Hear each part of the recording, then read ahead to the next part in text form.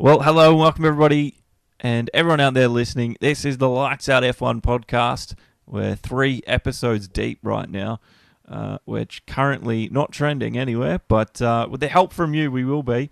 And we've got a hell of a podcast ahead of us. We've got everything that happened in Bahrain. There was absolutely nothing to talk about this week. So thanks for listening and we'll see you next week. That's not right, is it, Aussie? I've got Dr. Aussie with me from the Friday Night League. There is plenty to talk about. Plenty. We've got it all listed out in front of us on our Google document. But how are you this evening? And I am cool. What's going on? I'm great, Josh. How are you, mate? I am raring to go. Yeah, sorry I took the intro there. It took it a little bit long. That's all right, mate. No worries. Yeah, we've got a lot to talk about. We've been sitting here going over the document for the podcast now to try and make it flow a little bit better. But we've got a lot of talking points, so we should probably get straight into it. All right, so tonight we're going to get into a new segment, 5 lights on, 5 lights out. It's an idea from the brain's trust of Dr. Aussie. Basically, the 5 major talking points of each Grand Prix. Today is the Bahrain Grand Prix, and it basically fits in with our name. F1 lights out. There's 5 lights that go on and 5 lights that go out before the lights for the cars all drive away and race up into turn 1, wherever that may be. First one on our list tonight is Renault. So everything Renault. A lot to talk about there. I think the first one we can definitely talk about is Daniel Ricciardo and the one-stop strategy that the team decided to take with him. And it was a wrong move, but give us, what do you think about that? Mate, I just don't get it. Honestly, I got up at 4:30am to watch this race. I didn't watch it live. And they put him on the one-stop strategy. And I'm thinking, he qualified 11th. Why did they start him on the super soft? Yeah, I don't know. Wouldn't the right move have been to start him on the soft and then run as long as he can possibly run? The track will rubber in. Then you switch him onto the super softs. He comes home a lot stronger that way. He's lighter in fuel. I don't get what the French team were thinking. Did Hulkenberg start on the medium? Because he was down in 17th. I'm just trying to think. Because doesn't matter, but even if you started, say, Hulkenberg on the soft and you had Ricciardo on the medium, which ended up being a really strong tyre anyway, you would have had the split strategy. So I agree. I don't know why they did that with him, but they did. They tried it. They tried to be out of sync with everyone, and it was so noticeable. I don't even know how many laps in we're in. Maybe 10 laps.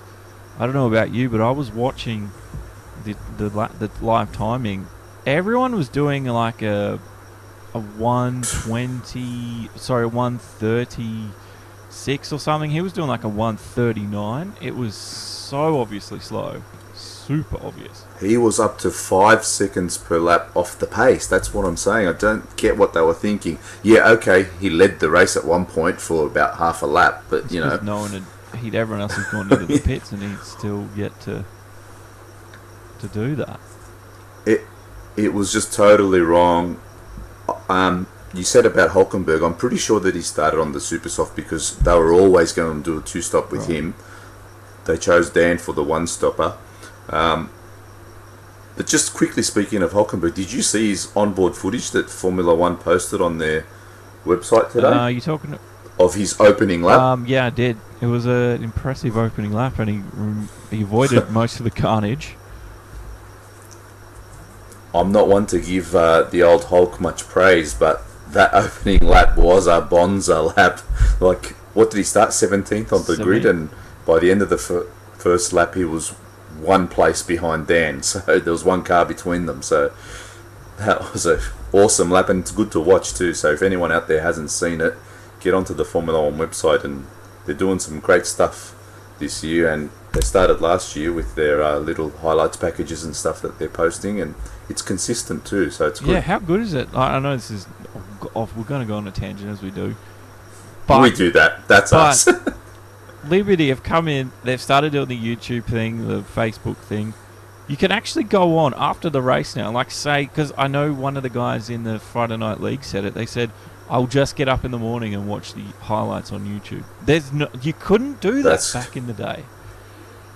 Exactly right. And I get that, like, because a race goes for 90 minutes or 2 hours, whatever. So there is a bit of a commitment there, and it's usually on a Sunday night for us, coming into the Monday morning. A lot of us work, so for those that have a busy life, just checking in at work the next morning is usually the best choice. And that, like, I was just thinking, because when I used to be in the military, there was no way for me to really keep up to date with things. But now you can. Like, you can just subscribe to them on YouTube, follow them on Facebook, and you can at least stay up to date. Oh, it's awesome! I'm telling you. If anyone out there, because I know we've both missed a big bunch of years because of commitments and busyness with work. Like, it's really changed the game. It really has. I mean, even just simple things like they put on the best radio of the weekend, and it's a little 3-minute highlights package. So you can easily, like you said, just get up, watch the highlights packages, and you'll get a scope of what happened over the weekend. Yeah, and you can just from the Formula One website. Stay on with the stories and stay with the because you obviously, like you said, you got the Hulkenberg thing, and then you can stay up to date with all the team radio, so you get an idea of how the race was playing out and the atmosphere. So I really like what they're doing. I'm really, really, really like it. I'm a fan too. Not so much the telemetry side of things at the moment, but let's hope they fix that. But that's another day. Yes. So but yeah, definitely Hulkenberg. Back to our favourite yellow team. And then what about the double retirement? Double retirement. Yeah, well, it was a weird one. On Sky, they were like, maybe they've both run out of fuel at the same time, but clearly Daniel. That crossed my mind too. I mean, it was one of those things that sort of crossed my mind, because they touched earlier, just like Daniel locked up and hit the front. Yeah, it was one of the winglets of Hulkenberg, and so we thought maybe they've come together again. Sorry, Hulkenberg ran over. Yeah, Hulkenberg ran over. Sorry, you're right. Yeah, you're right. All right, so we're talking about Hulkenberg running over Ricciardo's front wing. Yes, sorry, I said Ricciardo run over Hulkenberg's wing, but you're right. It was Hulkenberg over the front wing of him. But so yeah, I thought maybe they'd come together again, but there was no damage on either car. But that's when we saw the replays, and first off we got Daniel and the radio message, and he just lost power, so he just rolled off. But Hulkenberg went off before him, and it was an ugly sound. I think he's lost an engine. Well, apparently it was something, I don't know, not exactly the same as what happened to Sainz at Australia, or something very similar with the electrics that just died. It was like the expiry date was reached on both the cars at exactly the same time. Yeah, it was, I mean, very fortunate for Leclerc at the time, but it was weird that we saw both Renaults go off, and it wasn't the same issue either, which if you saw the same issue, you'd sort of have to, you'd just sort of expect that, but it was an engine issue and a power issue, so I don't know. Has there been any follow-up? Oh, really? That's the first I'm hearing. I didn't see that. Oh. No, it was two different issues. I can't believe you didn't realise. That's it was news to me. No. As Daniel went around the first turn, he lost power, and the car just shut off. And then as Hulkenberg was coming up to the same corner, you could hear like something just popped. Don't know if it was a valve or a cylinder dying or something, and then smoke out the back engine. So I think he's definitely lost an engine out of that one. Okay, I'll have to see if I can find some info on that, because I was watching that Will Buxton paddock pass on the that F1 do on YouTube, and I'm pretty sure he said it was the exact same thing on both cars. Okay, because it looked different. Don't quote me on it. I'll double check. It looked different, unless more news has come out over the weekend over it. But I would usually have the information because of the Ted Kravitz's notes. What did he call that segment? The notebook. The notebook. Ted's notebook. We don't have it anymore. I'm a little bit upset by that, and things like this would be cleared up. Well, as I just said, I've been watching Will Buxton, which is an attempt somewhat to do what Ted did, but it's not the same. No. Ted used to go through every team, up and down pit lane. Had it for years. Did you hear Crofty say something about he'll be back in China? He's going to do like 13 races this year, apparently, with Sky. Okay, I didn't realise. I thought he'd been replaced completely by that bloke that was from that ex-driver, the Indian bloke. Karun. I don't know his name. Karun Chandok. That's it, yeah. But it's good to hear that he's back. Well, I just don't know what he's been doing. Maybe he's been just on an extended break. Well, I think he's going to be back, but I don't think the notebook is coming back, from what I understand. No. Damn it. But, yeah, I can't... But, yeah, from what I saw, it was two different issues for Renault. But it's not a great start, really, for a team that I know promised the world to Daniel, but they did say it would take 3 to 5 years. So I know he's not expecting immediate results, but it just hasn't been the greatest start to 2019 for Daniel, at least. Well, they've gone from Red Bull, the customer team, being ahead of them, to having McLaren, the other customer team, being ahead of them now. So yeah, well, McLaren... I don't know what's going on there back at the French factory, but they need to get their act together. McLaren were up there fighting with the likes of Verstappen during that race, so there's obviously the ability within the engine to keep up with the top teams. It's just, I don't know what's happening at Renault right now. Oh, it's just been a really frustrating start for our boy Dan.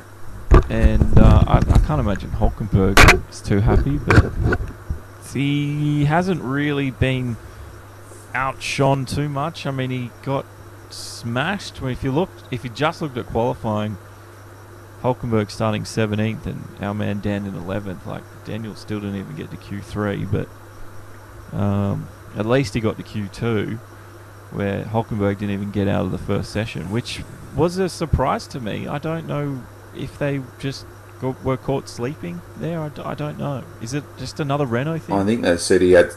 Yeah, they had some derating issues or something on his car. Righto. That explains a lot. So, if you're not sure what derating is, that's where the engine recovery is not quite recovering the power through the corners. The MGUH, I think, is what was initially they were saying got Leclerc, which we're going to move on to next, I think. So yeah, that means you lose a lot of power when you ask for it, because it's just not there. I think it's like, is it 15 or 25 horsepower? I think there's a 5 in it somewhere, but it's a decent amount of engine power, which is a good segue into Leclerc, which will be point number 2. The second light of our 5 light segment, and what a weekend for Leclerc, from the highs to the lows all around. Just wow. Yeah, well, qualifying, he was smashing all practices as well. Qualifying 866. I'm getting a bit old, so I probably need to get my lenses corrected in my glasses. But yeah, like, laser surgery, mate. He's quick. He beat Vettel by 0.3 of a second, 3/10 and some change. Like, yeah, 3/10 of a second, like something that. somewhere in there. Decent amount of time. Like, he was ahead of everyone. He got like just the pace this guy's showing is just insane. Look, he's still, okay, he's not a rookie, he had a season under his belt at Sauber last year, but, he's very fresh in that Ferrari, and all the pressure and everything around him doesn't seem to bother the kid at all, and he speaks really well. He's quite humble, which is nice to see. He's good to see. And he's oozing talent at the moment. I mean, he had a commanding weekend. Yeah, he definitely did. But he didn't have the best start, which is something interesting. He'll tell you, I think, straight away. He didn't have the best start. He was almost behind Bottas and Hamilton at one point. But did he drop back to fourth in the first lap, I or think did it was he third. just hold on to Yeah, I third? think he just held off. But he had Bottas and both Hamilton and Bottas clipping at his heels. But he kept his cool, and he didn't do anything stupid. He didn't do any dumb dives. He didn't, he didn't look desperate. He just was like, all right, I've got a long race ahead of me, and I've got 3 DRS zones. I'll make this work. Mate, he kept his composure, which is very impressive on its own as well. After he was on pole, obviously excited and whatnot, and then he did he get wheel spin? I know that he was facing a little bit left on the grid, and was it Bottas that was behind Leclerc? Did he qualify fourth? He did, didn't he? So they both lost out at the start. Or was Ham there? No, it was Bottas. And then, but he regathered himself. I thought the composure that he showed was pretty awesome for a young bloke in that Ferrari. Yeah, I agree completely. Like Vettel got a flawless start. So I don't know if they have different... You know how like last year they were always like, oh, there's an extra paddle that Vettel has on his bloody steering wheel, and Raikkonen didn't have it. That hasn't been brought up again, has it? No one ever asked the question anymore. No, and I'm sort of sitting here wondering, like, do the two have a different start, procedure or I don't know, protocol? Because Vettel, his start was flawless. There was 0 wheel spin. He was just straight up through the gears, and the onboard of Leclerc, he had something. It wasn't perfect. So either Vettel's been getting an upgrade before Leclerc, which you'd expect. But still, Leclerc still was able to just push more out of the car than what Vettel could. And he caught him within the first... What lap was it? Maybe was it lap 6 or 7 when the radio came across with Leclerc saying, "Guys, I'm quicker," because he was really hassling Vettel. This time he didn't say, "Should I hold station?" This time he actually made a statement that he was quicker, and within a lap or two, he actually passed him. It was a full-on race between the two Ferraris, and he didn't make a meal of it. He passed him fair and square, and not only that, in the same car, he opened up a gap. He was up to 4-5 seconds in front. Yeah, I think at one point it was even 8. It was just too quick. It was just too quick for everyone, and it was a pity that he had MGUH again. There it is again. His MGUH died, and he was down on power at the end of the race. Late this afternoon, sorry to cut over you there, but late this afternoon it's come out that he actually dropped the cylinder. So he was down to 5 cylinders. It wasn't the MGUH. Oh, okay. So they said MGUH over the air. So a cylinder. Yeah. They were saying that all along, even in the paddock pass, and that's what was coming out. But today, late this afternoon, I heard that he actually dropped the cylinder and he was on 5 cylinders at the end of the race. I can believe that, but he changed his driving style. Like, he was gliding into corners. He wasn't on the brakes late still and turning in, because when you lose the MGUH, you lose a lot of the braking that happens through the recovery. So what he was doing was just coming up, and he was just lifting and coasting into the corners to brake later, because he had to get off the power sooner. And that's what you do when you lose the MGUH. If you lost a cylinder, you wouldn't need to do that, because you'd still have the MGUH. So I don't know. Is that just Ferrari changing their story? I don't know. If he's lost the cylinder, surely that means he'll be needing a new power unit at China already, 2 races in. Yeah, and what are they restricted to? 3? 3 for the whole. So 1 power unit's supposed to last 7 races. Right. If you don't want to incur any penalties. So yeah, are they? Remember, I said to you in Australia that was one of the first things that I heard, and that Vettel never ramped his engine up at all, and that's why they were so slow. And now I'm wondering if it was a calculated risk that Ferrari took, and maybe Leclerc going like a bat out of hell at the start of the race. Maybe it cost them in the end. Maybe he didn't need to push so hard with that, opening the gap. It's all in hindsight now. Well, there was talk that, like you said, that in Australia, Ferrari had the engines down, and the reason they'd found that gap again that they had in testing is because they turned it back up at Bahrain. Correct. And then there was the theory going that, well, they've turned it up, but the reason they had it down in Australia is because what we saw with Leclerc, like you said. So I don't know. And then you can just get so deep, and it's like the flat earth, like have you ever done that on YouTube? Just search flat earth and gone through those videos? No, I haven't. The conspiracy of like that, and then F1, it's like, well, then Leclerc, like Ferrari, like, are they trying to sabotage him? Is that Vettel's influence? No, there's no sabotage. It's too early in the season. It's not really, too early for already conspiracy in F1. It's just they make people. I don't know where it comes from, but they just come from nowhere. But I can see that happening.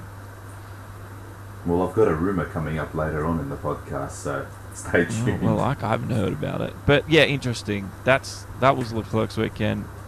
Dominating performance. Lost a cylinder. Heartbreaking. Yes. With two laps to go, the safety car comes out. So ironically, it's a Renault conspiracy that gets Leclerc to keep. Dead set. That would be one. I haven't gone out there and looked for it, but that'll be a conspiracy that Renault are in cahoots with Ferrari, getting kickbacks. That's why they retired the cars. Just in case if anyone hasn't caught up with it, with 2 laps to go when both of the Renaults died, Leclerc was on a backward slide massively, and Verstappen was catching him hand over fist and was definitely going to grab third.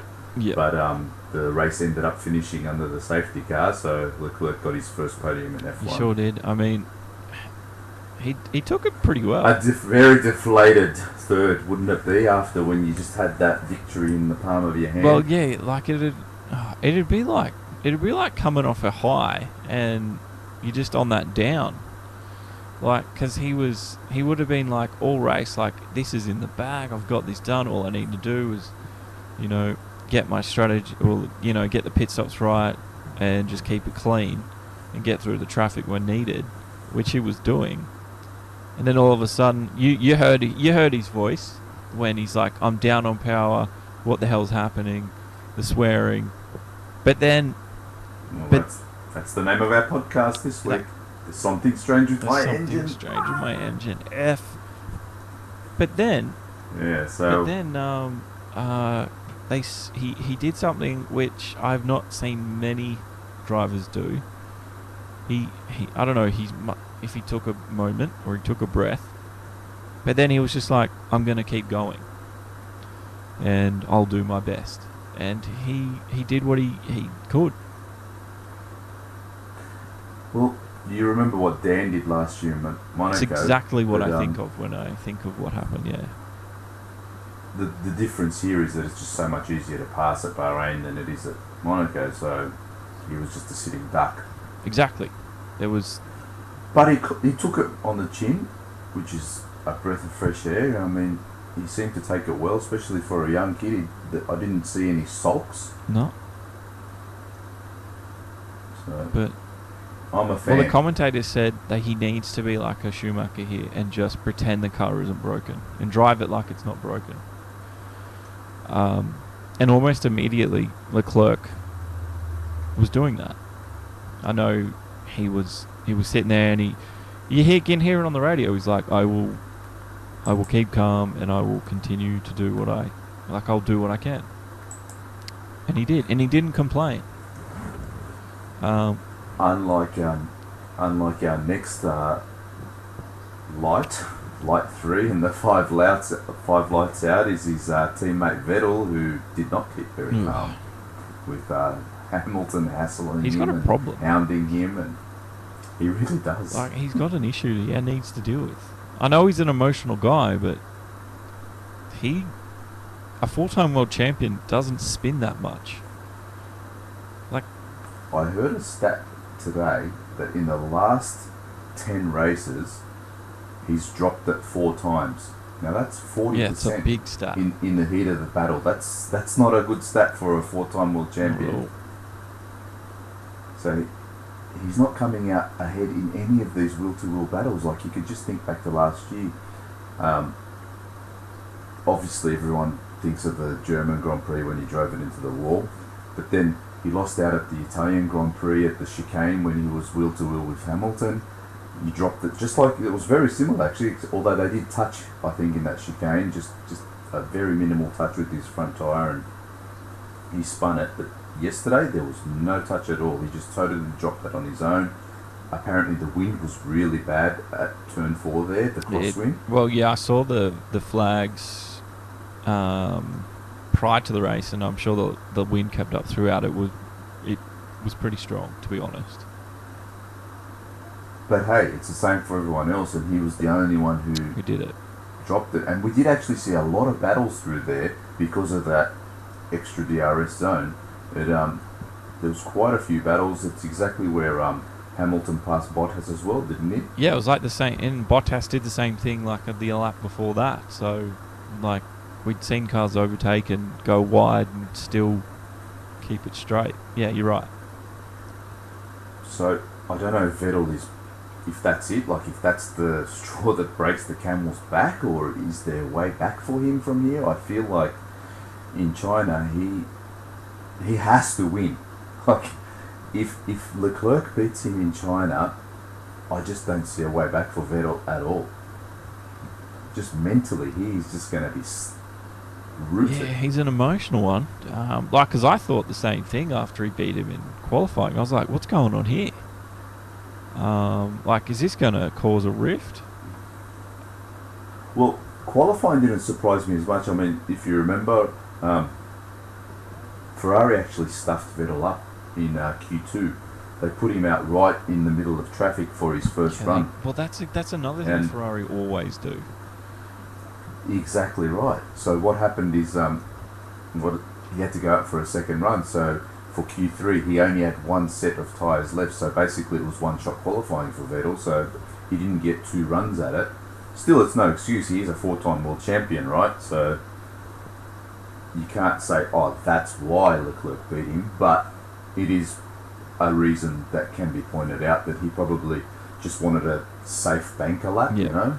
He said himself that he was probably too cautious in Sector 2 in the interviews afterwards. Well, I mean, he qualified second. Even with the stuff up, like, you'd still think if Leclerc was in the same situation, he still would have come out on top. Even with the one run at the end, I still think. Because he didn't even improve in the second run. Because I think the track was just changing so much that everyone on the second run in Q3, no one improved at the end. Everyone was just yellow sector after yellow sector. So the time they all did in that first run was the best time they did. Again, I think the wind was just playing havoc all weekend, and it's not just wind at Bahrain, it's actually blowing sand onto the track every time there's big gusts are blowing up. Yeah, there'd be a lot of little things that we just don't get to see, but... Well, if you look at the opening lap, actually, if you get a chance to watch it again, when they all take off from the grid, you usually just see tyre smoke, but as they fly down to turn 1, you can actually see, like, sand coming up off the track.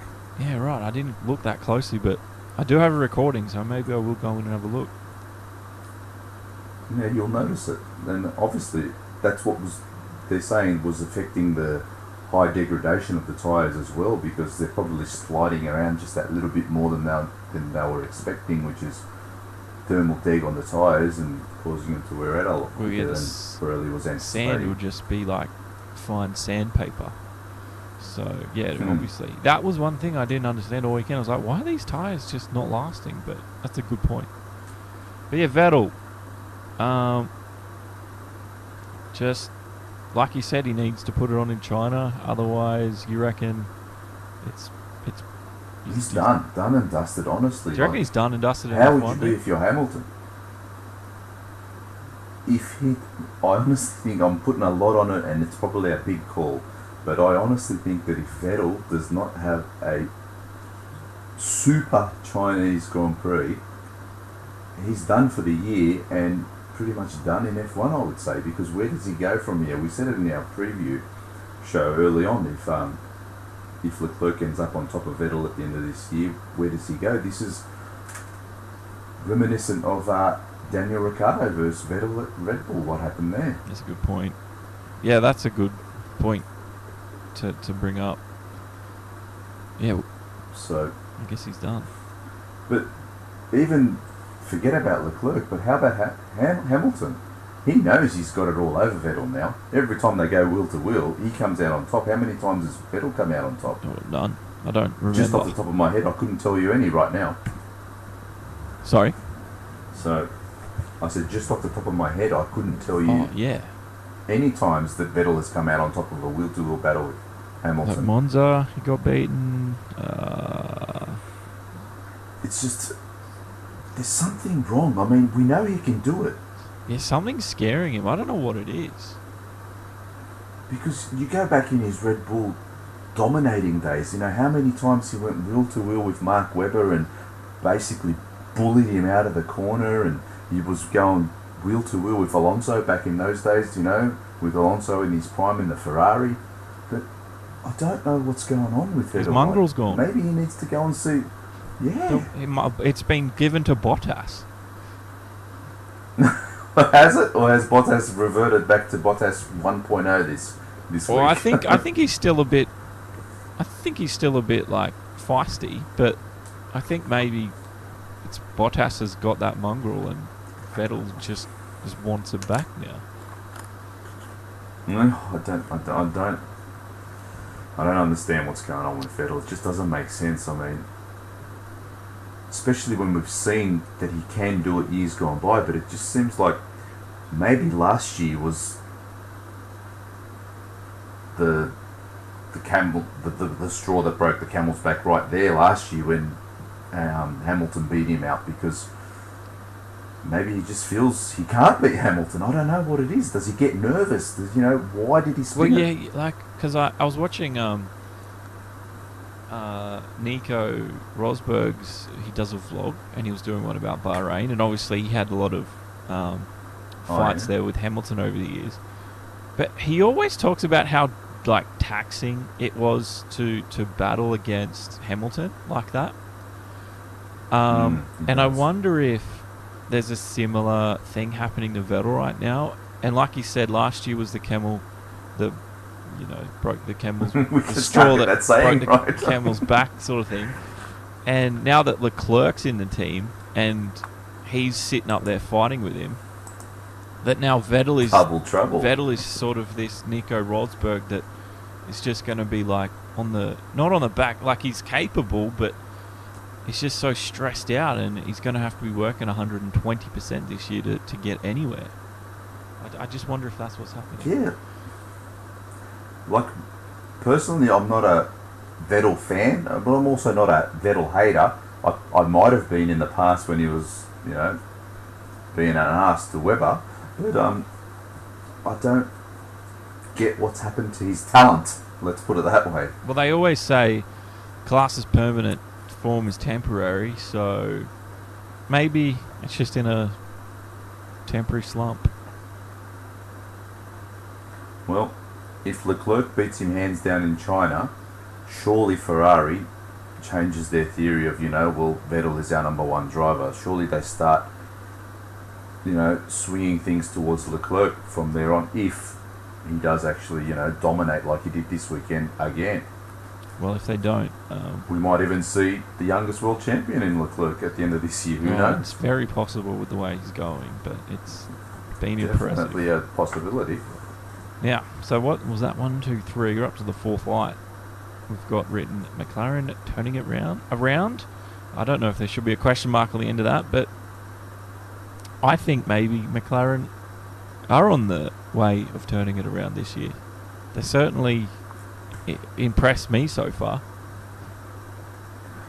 Yeah, it's like I've told you before, I'm a long time suffering McLaren fan here, and it looks really good, but I'm still not sure if I want to believe it or not. I mean, well, they finished sixth. And in Q1, Norris split both the Mercedes. I know, and I was just astonished at both results. Like Norris being the rookie, getting 10th in qualifying as well was amazing. Because like the Renaults, for instance, didn't even make it into Q3. Like I said, the customer team beating Renault, and it's got to hurt them that it's McLaren too. Exactly. Like, they probably expected Red Bull to beat them, and it probably didn't worry them as much. Although I'm sure they were chasing them hard and would love to have been on top of them. But now McLaren all of a sudden leapfrogging the factory team. That's got to hurt. No, it can't be nice. I wouldn't like to see it. So you had both of the McLarens in Q3 for the first time since 2017, and none of the Renaults in Q3. So that means, well, that says to me that McLaren have figured out whatever was wrong with the chassis, if it was the chassis that was the issue, and they're working their way to a good 2019. Well, the quote of the weekend has to go to Norris. Did you hear when they asked him? I don't know if it was Brundle or one of the Sky guys asked Norris and Sainz were both there. It might have been on the F1 show, and they said, "So what's changed? You know, what's brought on this recovery at so much at McLaren?" And he just, with a big smile, he said, "Drivers." Well, that could be awesome. A good point, because, I mean, if you get stuck at a team for a few years that's not really performing, I know, like, Fernando Alonso is considered one of the best in the world, but you might just sort of expect to lose, you know? I don't know what that does to your mental state. Or is it just that Fernando took his curse with him? The Fernando curse. Oh, yeah. I don't know. I think it was just a combination of, well, they've changed to, I don't know. Have they brought anyone in new at McLaren? They certainly must have, on the development side. Gilles de Fer, no, they brought a new CEO in. They changed their structure of hierarchy there. So now, you know, when they got rid of Boulier, and then, so now Zach is the man in charge. But then they've also got, I think, is it Gilles de Ferran? I couldn't tell you. I can't remember his name. But yeah, they've changed their hierarchy. And what I wanted to say about Alonso is that he's there testing the car tomorrow for them. So because he's still contracted to McLaren, and I'm sure they would love to get his feedback on it. But I had to have a laugh. Imagine tomorrow when he trundles out of pit lane and it just blows up. Could you imagine? Well, if that happens, then I will agree that there is a curse. Or a wheel falls off.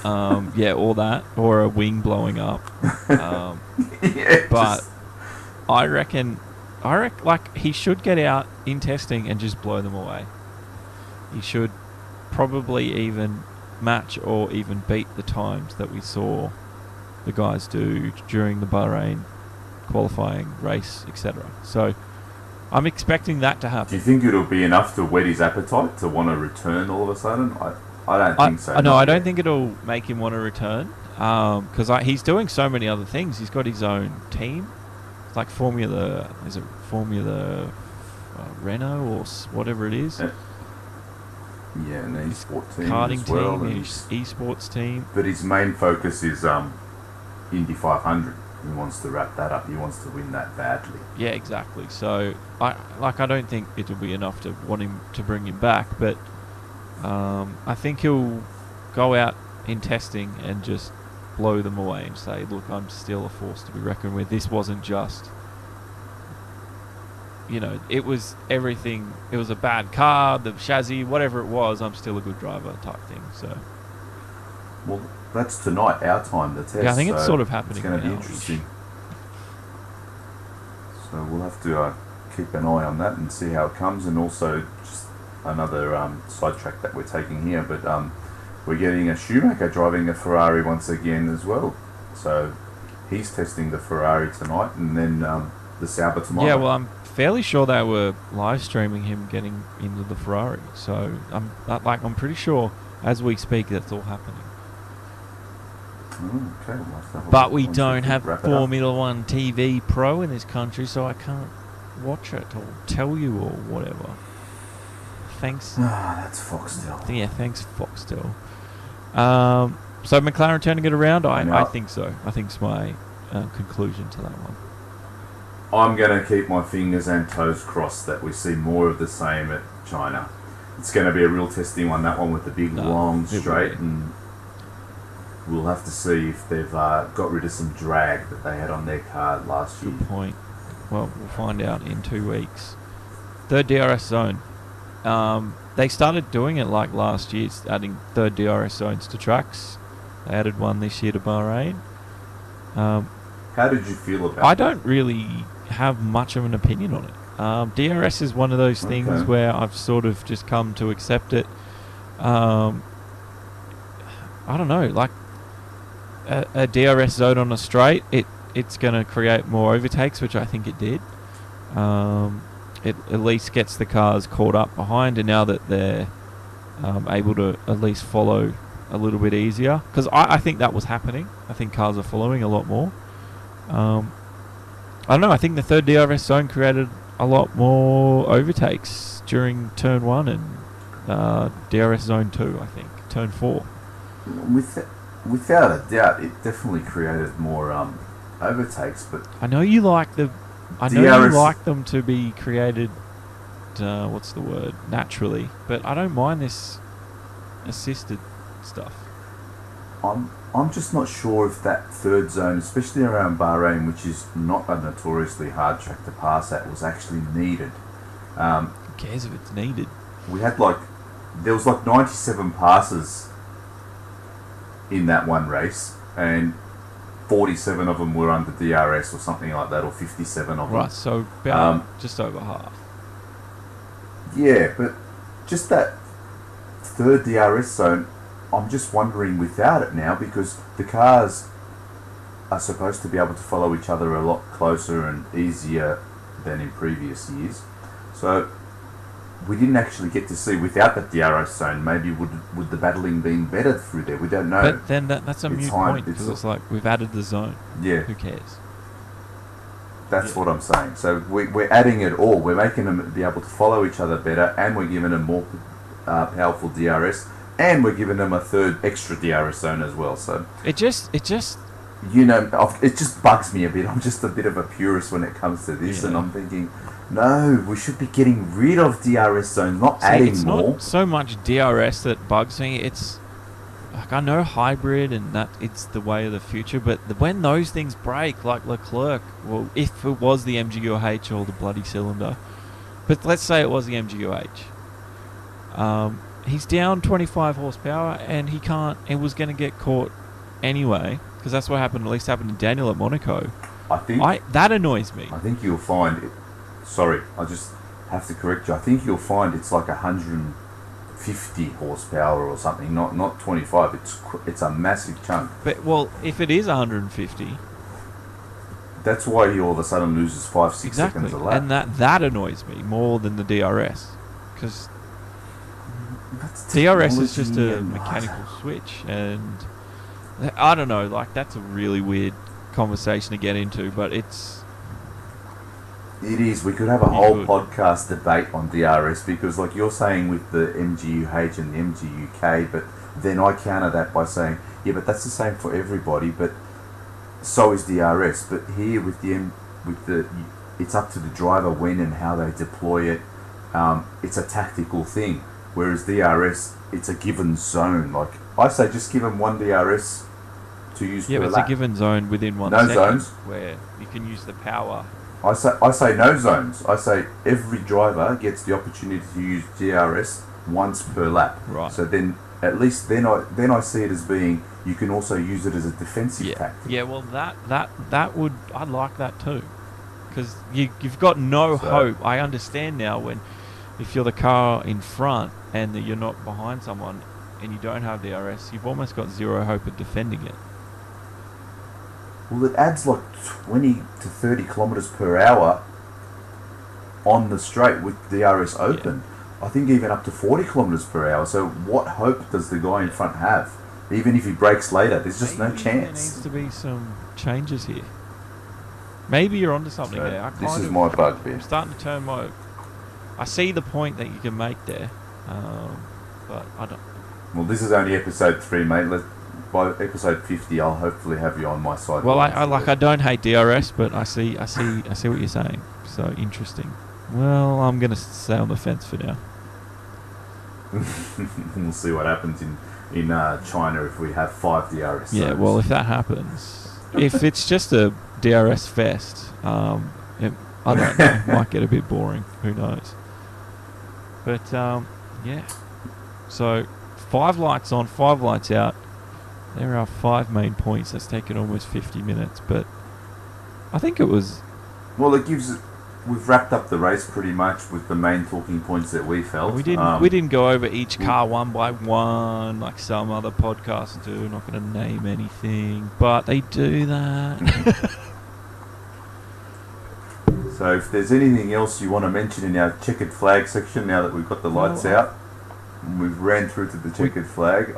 We do have a checkered flag section where we're going to run through the last few things real quickly.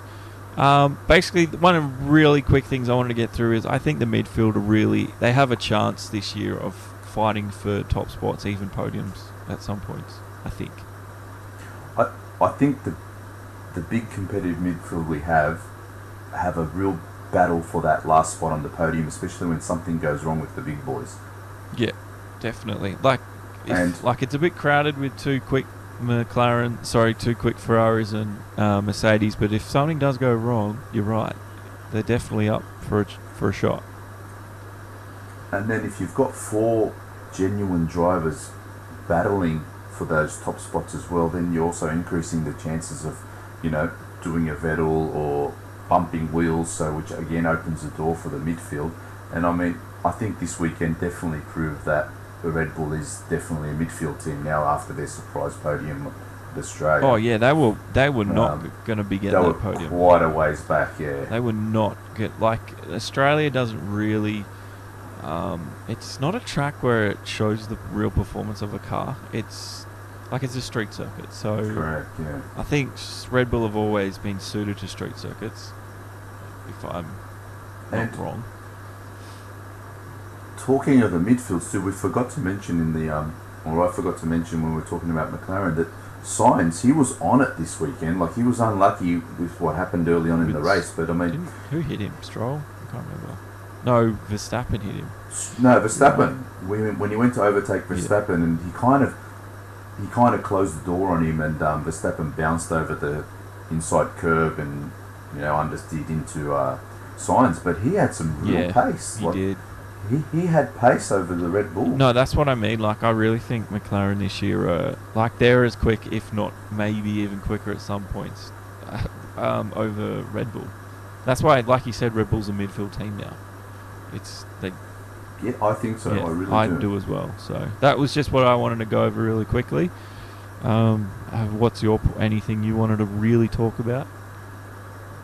One of the quick points that I want to make is did you notice the amount of sparks going off? It was like fireworks. That was something I was going to bring up with you, but I didn't. I was like, maybe just because it's a night race, it just brings it out more. But bloody hell, yeah. It was sparkler heavy. It was. It really was. It was like firecrackers bolted to the bottom of these cars. And if you watch Hülkenberg's footage that we were talking about from that first lap, and I think it was Stroll and Grosjean got together on the first lap, and Stroll's front wing broke. I didn't realise the wing sparked like that, if I'm honest. Yeah, that's what I was saying. It was just amazing, the sparks that were coming into Hülkenberg's face, and he actually had to move to the left to get out of the sparks. Yeah, and I think Sainz did the same thing, because he was I don't know who it was. Someone else was behind Stroll as well, and he had to get off the same line, and Yeah, it was just sparkler heaven, man. It was just going off everywhere. And speaking of the nighttime sparks and everything, and I really didn't like the Ferrari matte paint under the lights. I didn't even really give it a thought, to be honest. No, I didn't even look at it. I know I liked it in Australia. I'm a bit like that. I noticed these things, and I was like, oh, I really don't like that under the lights. Fair enough. The Red Bull, you don't notice it as much that it's matte, but for some reason it was just really standing out to me, that matte Ferrari paint under the lights. Yeah, good point. I didn't look, but maybe I'll go back and have a look at the replay. And I'll just quickly go over a few other things. I said to you I had a rumour for you later on, and I've heard that Kubica is rumbling that Russell is getting the better parts, and Kubica's got a inferior car to Russell. Now, you can see that being logical because of the money worries that are supposedly there at Williams at the moment, if they've only got one of something, but I find it surprising that here we are at race 2 and he's already grumbling. Well, he hasn't had a good race. Like, he hasn't had a good 2 races. He was 1 lap behind Russell again. Yeah, again. Exactly. I don't know. For Kubica, I know he's a fan favourite. That's what I was saying at the start. I mean, he was a superstar 8 years ago. Yeah. Before he had his accident, I'm sure he's still got some talent there, but he was a lap behind. I didn't even realise. He's the old Kubica, yeah. No, he's a lap behind, yeah. Yeah, again, another lap behind. So he was a lap behind in Australia, a lap behind in Bahrain. So he's keeping now he's complaining that he has inferior parts to Russell. And that is why. So, yeah, I did. But, parts don't give you a lap. He's not going to be doing himself any favours by making all these excuses, you know what I mean? Even if it's true, I just feel like it's just too early to be saying this, openly. But, parts don't give you a lap. You know what I mean? Like a lap. Exactly, yes. And if he does have the better parts this weekend, because I know they pretty much upgrade the cars each weekend, the difference from Australia to Bahrain is exactly the same. It's a lap. It was a lap last race. It's a lap this race. So, I don't know. Because one of the points I put down is Kubica overrated. You're all going to bloody hate me now, and I'm going to get hate mail. But I tend to think that he might be a little bit... Like you said, he was a superstar in his time. And I really respect how he's gotten over his injury and come back from things, having chronic pain myself. But I don't know. I think his heyday's done. Well, if you remember back to our preview podcast of the season, I said I'll be very surprised if Kubica is still there at the end of the year, and I think I'm going to stick by that. I think that was a sensible prediction. But what a race it was in Bahrain. It had everything. We've gone over our 5 lights. Leclerc, one of the biggest shockers of the weekend. Renault with the double DNF. Vettel, will he be there at the end of the year? McLaren turning it around, I think so. And the DRS, well, the doctor wants to change my mind by the end of the year. Maybe he will. Give me time. That was... Sorry. And we've just... sorry. No, I'm just talking over you there. As we do. We'll get better at this, guys. But the S3 Awards, the Superstar Surprises, the Stinkers. I think it's time to put our teeth into that. And I think we should, but I was going to cut you off there. Just one other thing I just wanted to mention, because it's not very often that I give Lewis praise. Okay, go. But I've said before, I'm no way a Lewis fan off the track, but I have to say, this weekend I just did notice something about him, that the way he went up to Leclerc after the race and he gave him a pat, did you see in the green room, where they go, and he actually had my headphones in and I was listening in on that real intently. And I just think it was pretty awesome, of him, 5-time world champion. Quite often I find some of the things that really irritate me about him is he'll say stuff that just his body language isn't saying what he's actually, the words that are coming out of his mouth. Whereas this weekend, I feel like he was really genuine. It came across genuine, and I was Yeah, I was very impressed He this does weekend that, by though. Lewis, and I don't might hate be Hamilton. slowly. Sometimes I hate him, but he has this ability, and I think it was very genuine this weekend. Yeah. And again, I really like the way he went up to Leclerc and said that, and even Bottas was, similar sort of mentoring. But at least 2-3 races time, you'll hate him again for something. Oh, for sure. Sorry, I thought you were like, I really like him now. Like, he can do no wrong. No, no, relax. Good. No, he he has this. He does that. Like, it's weird. I don't know what it is. Like, he'll just be really genuine all weekend. Like you said, his body language, and it comes across genuine and nice, and just like he means what he says. And then I just you can see him in other weekends, and you just seem like a spoilt brat.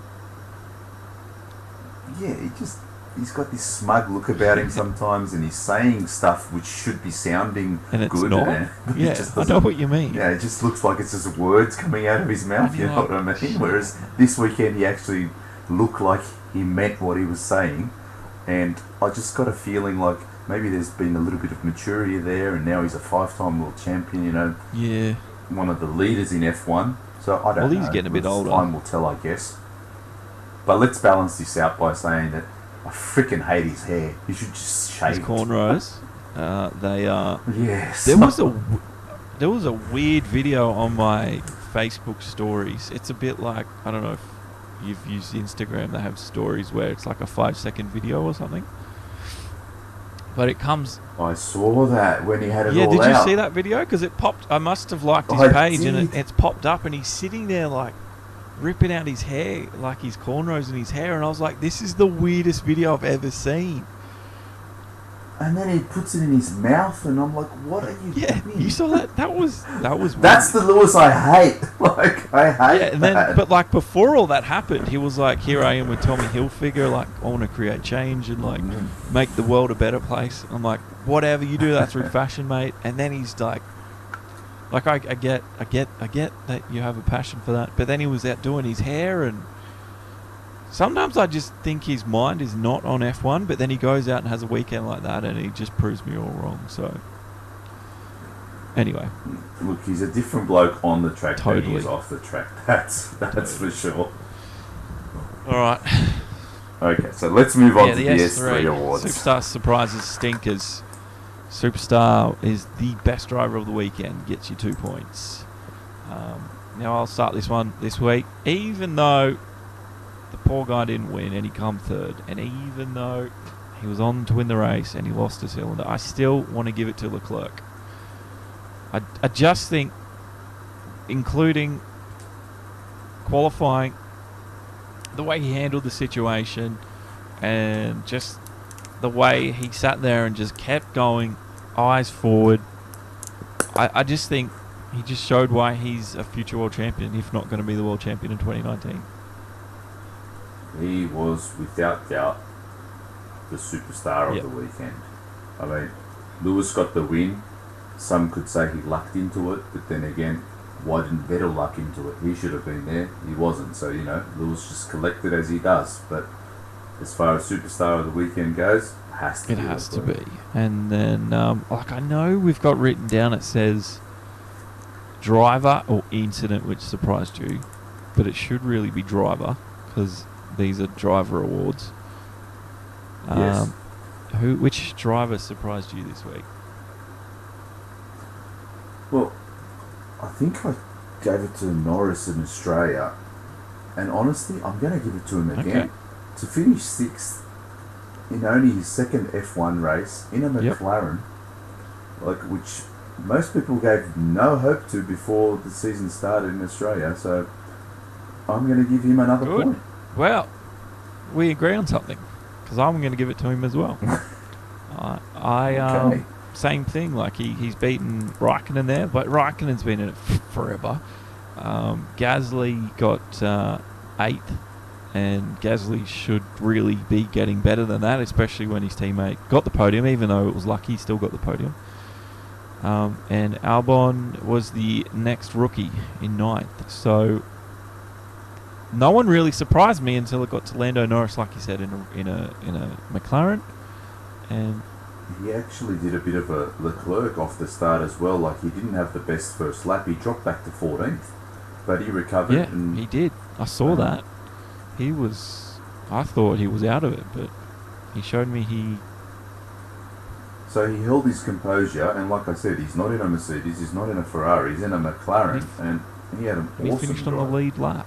So yeah, I totally agree. I'm going to give that one to Lando Norris for the 1 point. So don't forget the best gets 2, the surpriser gets 1, and then we've got the stinker, the bad driver. We take a point off, and at the end of the season, let's see how this all pans out. And this weekend, I am giving it to Gasly. Oh, you're giving it to Gasly? I gave him a hard time last race. 2 weekends in a row, he is nowhere, and I just don't understand how he can be so bad. Fair enough. No, I agree. I can't. That's my thinking last week. Oh, not last week, but last race in Australia. Like, if we compare the 2 guys who have had a really rough start to the season in Gasly and Dan, but you say, the way I see it in my mind, Dan went from a Red Bull to a Renault, so he went from a far superior car to one which doesn't have as much aero grip, it doesn't have as much mechanical grip, so I can understand him taking a bit longer to adapt, if you like, whereas Gasly's come from a inferior car into a much more superior car where he should be able to throw it into the corners a lot better than he was with the Toro Rosso, and he's just not making anything with it. He's not, is he? He's nowhere in qualifying, he's nowhere in the races. It's like, how long is Helmut going to put up with this? That's what I'm starting to wonder. Gasly was 13th in quali, so it was a bit bad. A bit bad. This was really hard for me, I must say. Because I thought of Gasly, and I was like, it wasn't the fact that I picked him last week, but I was like, I know it was bad, but I think people have had worse. Daniel Ricciardo was one that came up in my mind, only because of the strategy he decided. He would have had a part in but did choosing. He decide it, or did his team decide it? The strategist. No, I know, but he would have had a part in choosing that. You would hope so. And I sort of like, come on, man, you know better. But then I'm like, I don't know. And then I'm like, I want to give it to Grosjean because he was crashed out lap 1, but it wasn't really his fault.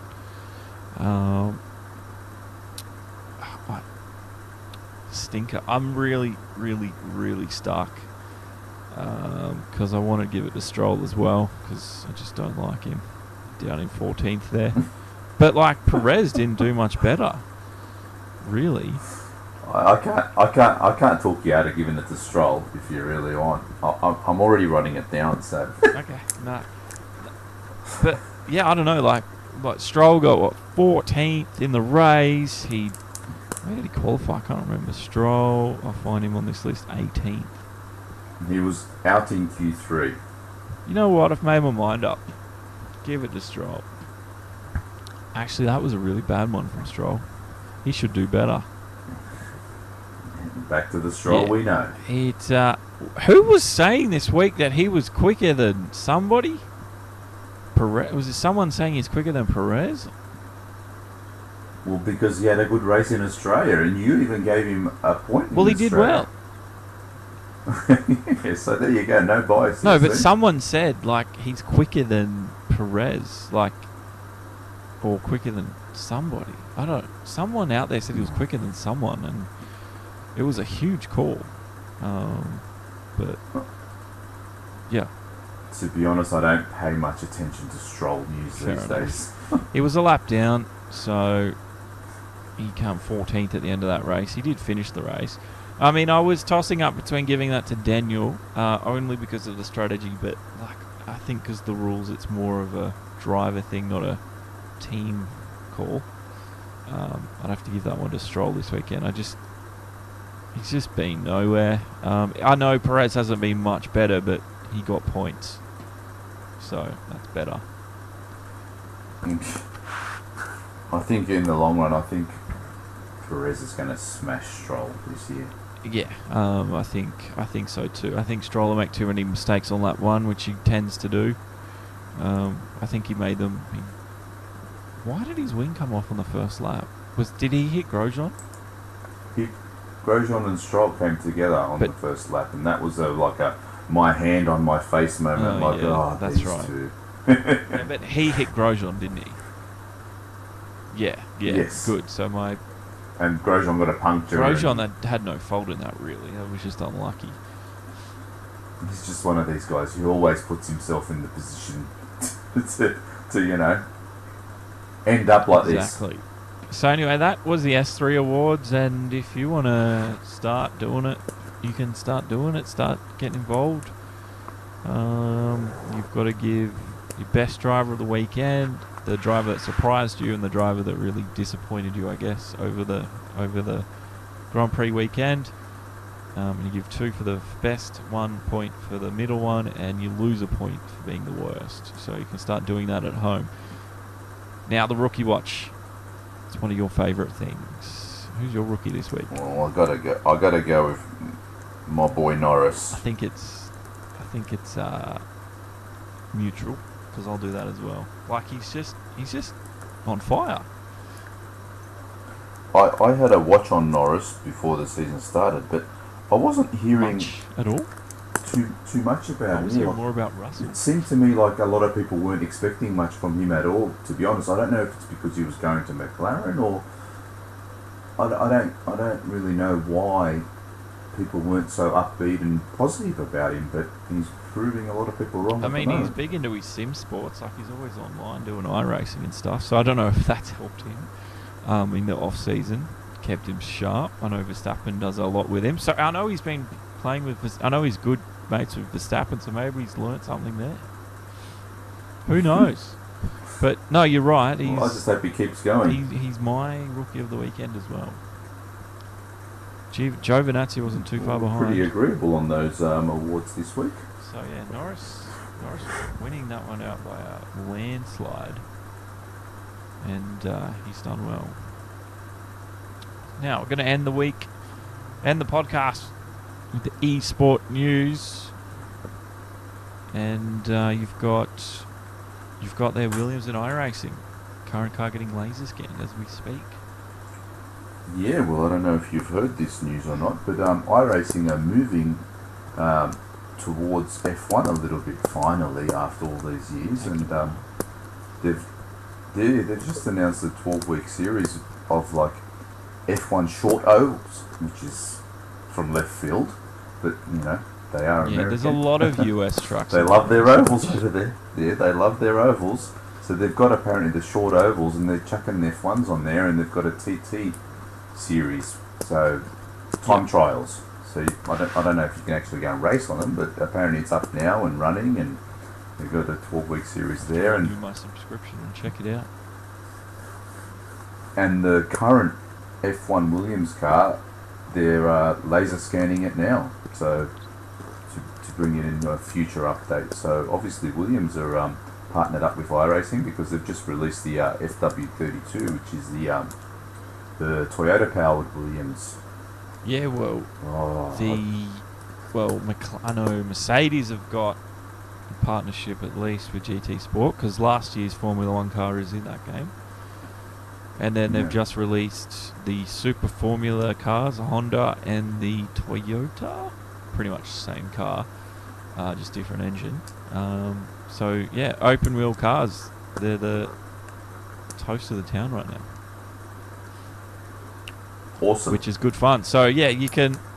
Obviously, iRacing's on the PC, but GT Sport's only on the PS4. Xbox, guys, do I have any news for you? Not really. I know Forza 7 Motorsport have the IMSA eSports series on there, but they don't have the IMSA cars and stuff, and I'm not really sure what's happening with that. So the IMSA partnership with Forza Motorsport 7 is a little bit weird.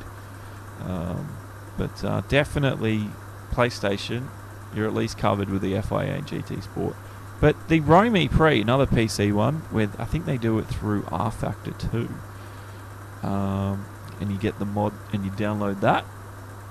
But Envision and Mahindra, they lead the E series at the moment, so you can go on and you can join that yourself. I think you can try it at home. Try the new Formula E cars out.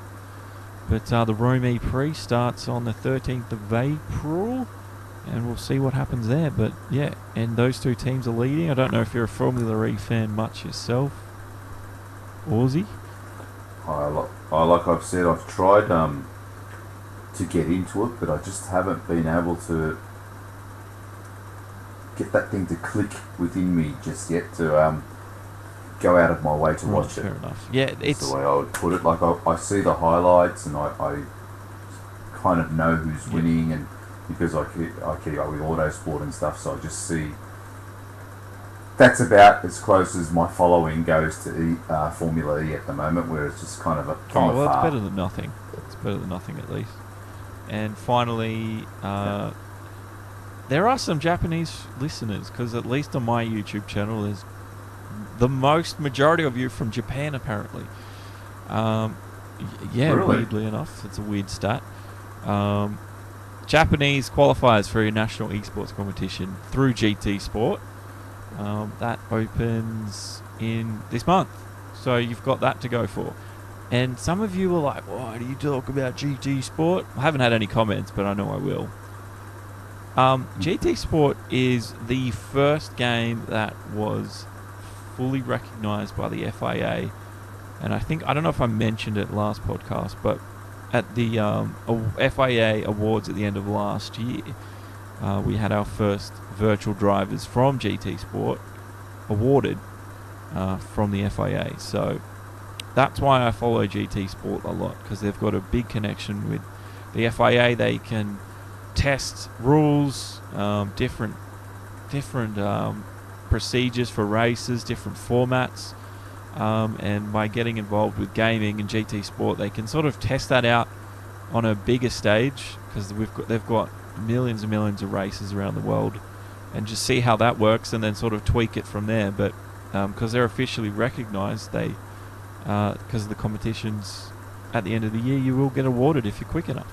So that's why I do it. But anyway, that's the eSport news this week. We should also mention the Friday Night League. This week we had Suzuka.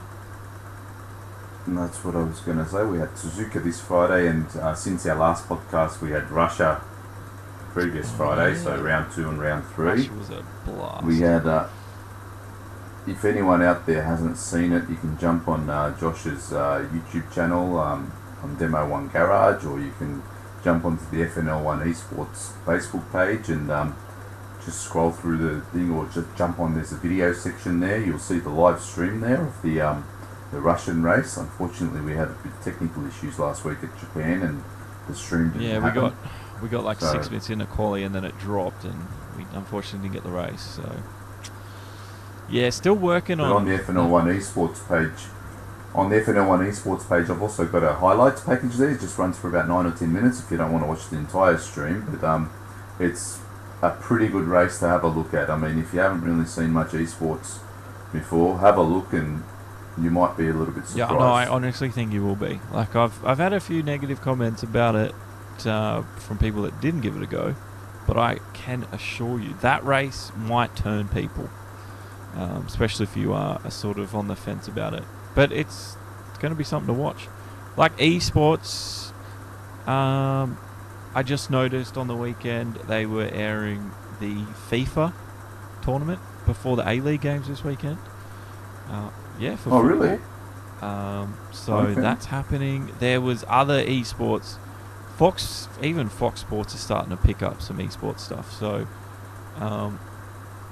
it's going to become more and more mainstream in the years to come for sure. So it's something to keep an eye on. Well, last year I watched the F1 Esports League on Foxtel. Yeah, so well, that was... They at least get that on there. Yeah. That's pretty much where I think we started. That was like one of the biggest esport competitions I think we first saw. I ever first saw on broadcast television. So And from there, it's just started to just gradually grow as they start to pick up more and more leagues. And with FIA's involvement in GT Sport, as you just explained earlier, I mean, it's only just getting bigger and better, isn't it? I don't really race on GT Sport, but I've started following a bit on YouTube of the main races just through you, so it's actually good to watch. I'll give it that. Well, the Nations Cup's underway right now, pretty much the qualifying season. The Manufacturers Series, which is my favourite, it's still in the exhibition season, so I'll let you know when I start the proper Manufacturers. But anyway, yeah, I enjoy it. But yeah. And YouTube is just massive for all of this esports stuff. I mean, you can jump on there and there's just channels and channels and channels of it. I mean, along with Demo 1 Garage, it's... Oh, there's heaps, man. Just kick back. Heaps. Yeah, it's all over it. I'm the best commentator out there. You really are. No bias here, guys. No, not at all. I've worked on it for a few years now. So if you need a commentator for anything, I'm happy to put my hand up. Especially motorsport events. V8 supercars, I don't know, Formula 1. You need Crofty. You need to go on a holiday, mate. Lawnmower racing. That's something. But yeah, in all seriousness, eSports, check it out. But yeah, we had fun at Bahrain, and we've given our S3 awards. We're going to keep an eye on that. We should get a list up. So we'll get that out to you at some point. And don't forget, we'll have the next FNL Friday Night League race this Friday night. Where are we at? We are at Kota, Circuit of the There we go. Americas. That should be an interesting one too, actually. Yeah. Actually, segue there, just quickly, that's where the IndyCars were for the first time that I can remember in a long time, that the IndyCars actually raced on the same track where Formula 1 raced. Did you see how they were just abusing track limits in the last corner? Ridiculous. Did you hear the reasoning behind it too? The steward said, oh, well, everyone's doing it, so it's okay. It was so dumb. It looked so dumb. Like, the track is there, if anyone hasn't seen it, and they are like 2 to 3 car lengths off the rumble strip on the outside. I think it was coming into the second last turn. Especially, you'll get this if you play Forza, and you see the guys just like take the runoff area to get the extra time. That was like an online race of Forza. It was so bad. It looks so unprofessional. I can't believe they let them do it. Like, why are we bothering with white lines and curbs to mark out a track if the drivers are just going to go out there and drive where they want? There's concrete there, I might as well use it. So that's what they were doing. It's just so silly. But yeah. And they were 14 seconds slower than the Formula 1s, by the way, just in case if anyone's interested. 14 seconds. Apparently they looked like they were working a little bit more in the cockpit though, so more exciting or not, I guess that's just a subjective opinion. You'll have to come to your own decision. But yeah, Friday Night League, it starts 8:45 Queensland time, 9:45 Eastern State Daylight Time. Catch us on Facebook, guys, on FNL1 Esports. Josh's page, Demo 1 Garage, also has links to us. We go live every Friday. The event will be up. Videos are always there. I'll hopefully get up a few days before, but sometimes I'm slack. But there will be an event that'll pop up. As long as you're following either of our pages, it'll actually come up in your notification. So if you're looking out for it every Friday, there it'll be. You just click on it, and then you can watch it and chat to me while these guys race. And if you've listened this one, guys, jump into our Discord. We'll put a link at the bottom of the show notes so that there's a Lights Out F1 page there. I mean, in Discord there's a room there, so if you've got any questions for us, or if you've got any discussion topics, or even if you've got any advice for us, we're thick-skinned, we can handle it. Yeah, trust me, I've taken a lot of crap over the years. Alright, so next up we've got predictions for China. Yes, we have China coming up in 2 weeks. Another 2 weeks. Will we see Dan Ricciardo lick it and send it as he did last year? Well, it's definitely made for that. Oh, he's going to have to do more than just send it. He's Making a stamp. He's going to need... It's going to be express post. Now. But before we do our predictions, just to wrap up of our Bahrain predictions, where you predicted Bottas, Hamilton, Vettel, Verstappen and Magnussen. Yep. And you arsey bugger, got Verstappen in 4th, so you've gained another point on me because I've got another donut with my prediction in Bahrain, so you are now 3-0 to me. I am on fire. So I've got 3 and you've got nothing after 2 rounds. So basically, Leclerc benefited massively from the safety car, and it cost me a point. That sucks. Because Verstappen would have got 3rd and you wouldn't have got a point. True that. So I got saved actually as well. So top 5 for Bahrain. For China. Number 1. I think it has to be Leclerc, doesn't it?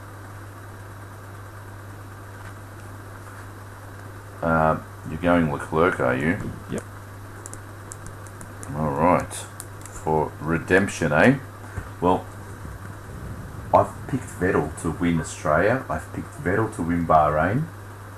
And you know what? I'm going to pick Vettel to win China because he really has to. Fair enough. He does, doesn't he?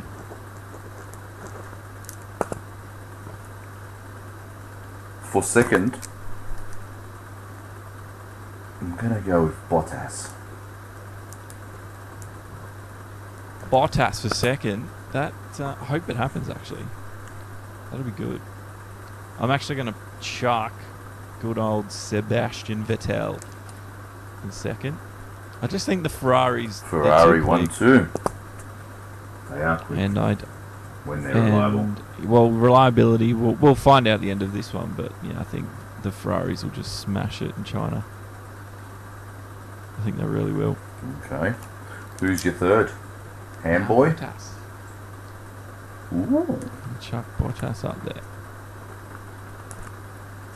Okay, I'm going to go with that. The young boy Leclerc for another podium finish. Well, that's nice of you. So I've got Leclerc, Vettel, Bottas for third for me. I think he'll get in front of Hamilton this week. In China rather. So who's your fourth? My fourth is Hamilton. Boy. I just think at the moment that the two Mercedes are just too quick over the rest of the field. So Ferrari, Mercedes, unfortunately, up the front. But yeah, Hamilton behind Bottas for China. I'm going to go with you and put Hamilton there in fourth too. I was trying to mix it up, but it really is a power circuit, so the Ferraris and the Mercs, I think, really are going to pull away around China. Which makes me wonder if I picked wrong for fifth. But I'm going to chuck it there anyway, I think. Who have you got for fifth? You ready? It's Norris. I've got Norris for fifth. I don't think the Red Bulls are going to be up there because I just, like you said, it's a power circuit. The Renault haven't really proved themselves, but as an engine. But I think I reckon Norris might do it. I like it. I reckon he might have a crack, like at fifth. Like it's doable. The Hasses might be up there too, like definitely Magnussen or Grosjean, but Stafford, I want Norris to be fifth. I thought the same, I was thinking power circuit, I was thinking engines, and I was thinking the Hasses, but then I settled on Kimi for fifth. Yeah, that might happen too, actually. That'd be great to see an Alpha up there in fifth. I had him as oh no, I didn't. I was thinking about putting him as my turbo driver in the fantasy league, which we should wrap up too, but we didn't. Think of that, did we? I totally forgot to change mine, so I still had Ricardo as a turbo. I changed it to Magnussen this week. Did me a lot of good. Well, you got ahead of me in the overall points by at least 12, I think. So you're just ahead of me now in the bonus. I think you're 9th where I'm 10th. who do you have as your car? Ferrari. I've got Mercedes, and maybe that's where I jumped Yeah, to I this think week. so. But I'm thinking it's time to just bite the bullet and sack Ricardo from my team for the time being. Yeah, I'm going to get rid of him, and I don't think I have Norris in the team because I gave him a hard time. If you go back to one of the few episodes, I think I gave Norris a hard time. So you're one of them, eh? And I knew I might be eating my words at some point. I didn't realise it'd be so early on in the season, but like I'm prepared to say I got it wrong. But I think I might put Norris in my team this week. Very good. Okay, well, just got to remember to do it because in the first week I forgot, or I thought I changed it, but I didn't. But You got to hit save. I'm still trying to get my head around how it all works hit too. Like, save team. is there limits? Yeah. Is there limits to how many times you can change You the team? can only change one person a week, or you can use like the wild card and change your whole team out once per year. So you've Oh, is that what the wild card is? I thought if I used the wild card, I was going to get double points for no. the week. You haven't used it already, have you? Oh, all right. No. I mean, I never used it at all last year because I just kept saving it, and then it was the end of the year, and I'm like, And then the I season never used finished. it. So this year, I don't know. It's just one of those things. You're like, do I need to use it? But you get one free change a week. But yeah, we will have the code for Okay, that so- up in the description too. All right, guys. Well, I think that's going to wrap us Yeah, up definitely. for episode 3. Yeah, it was a long one, but there was a lot to talk about. It was a fun one, so hopefully you've enjoyed the ride. If you've stayed this far. And we'll see you all after China. Yeah, China. Can't wait. Bye-bye. See you then. See you later.